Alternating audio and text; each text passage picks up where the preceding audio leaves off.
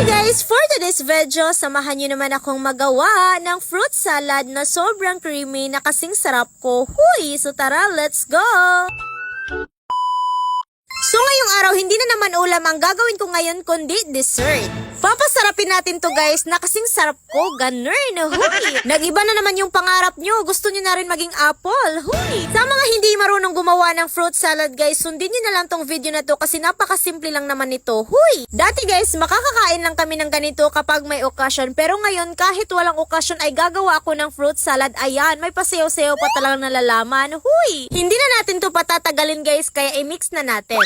Bukod sa masarap to, hindi rin siya mahirap gawin. So, sobrang creamy nito guys at sobrang sarap. Mapapasayaw ka na lang talaga. Huy! Ganyan ang tamang paghalo guys. Sabayan nyo na rin yung pagiling-giling. Ganun.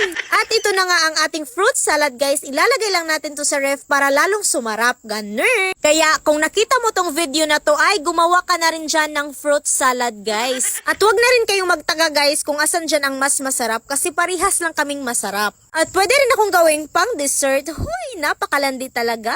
At ito na nga ang ating fruit salad guys. Tignan nyo kung gaano yan ka-creamy. Kaya, kain tayo. Huy! Iba talaga ang sarap guys pag ako ang gumawa. So ayun lang guys for today's voice over video. Salamat palanggata mo. Bye!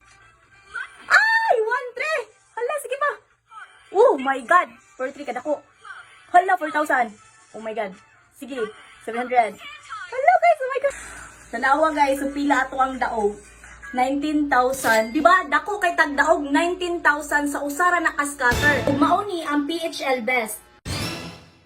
Sa ganahan mo dulaan ni naara sa comment section ang link. Try jud ninyo kay kusog kay nimo paldo. Huy!